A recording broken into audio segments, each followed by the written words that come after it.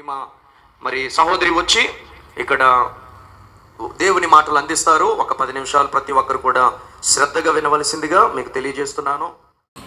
ఒక ఉన్నత అధికారి మనం చెప్పొచ్చు, ఐఏఎస్ ఐపీఎస్ ఎలాగా ఇప్పుడు చదువుకున్న వారికి ఎలా అయితే ఒక మంచి గవర్నమెంట్ ఎంప్లాయీ అని చెప్పొచ్చు. అలాంటి వ్యక్తికి ఒక ఆశ ఉన్నది. ఏంటి ఆ ఆశ? యేసు ఎవరో అని చూడాలని ఆశ కోరారంట. అంటే యేసు ఎవరు అంటే తెలీదా జక్కయ్యకి?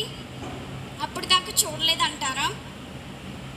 వినుంటాడు కదా, యేసు మహా అద్భుతాలు చేస్తున్నాడు.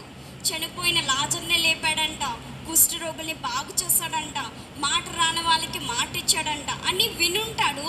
ఎవరా ఆ అధికారి, ఎవరా ఆ పరమ వైద్య అధికారి అని చూడాలని ఆశపడ్డాడు. ఇతడు కూడా ఒక అధికారే కదా. ఒక అధికారిని కలవాలంటే చాలా పోస్ట్ వాళ్ళ పర్సనల్ అసిస్టెంట్ని మనం కలవాలి, ఇంకా అపాయింట్మెంట్ తీసుకోవాలి. అవకాశం చాలా తక్కువగా ఉంటుంది కలవాలంటే, చాలా జనం ఉంటారు.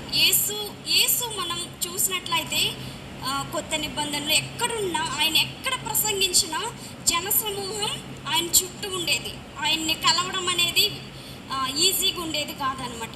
అలాంటి యేసును చూడాలని ఎంతో ఆశపడ్డాడు. ఆ ఆశకు తగ్గట్టు ఏం చేశాడు? మేడు చెక్కి ఎక్కాడు. అక్కడ మనం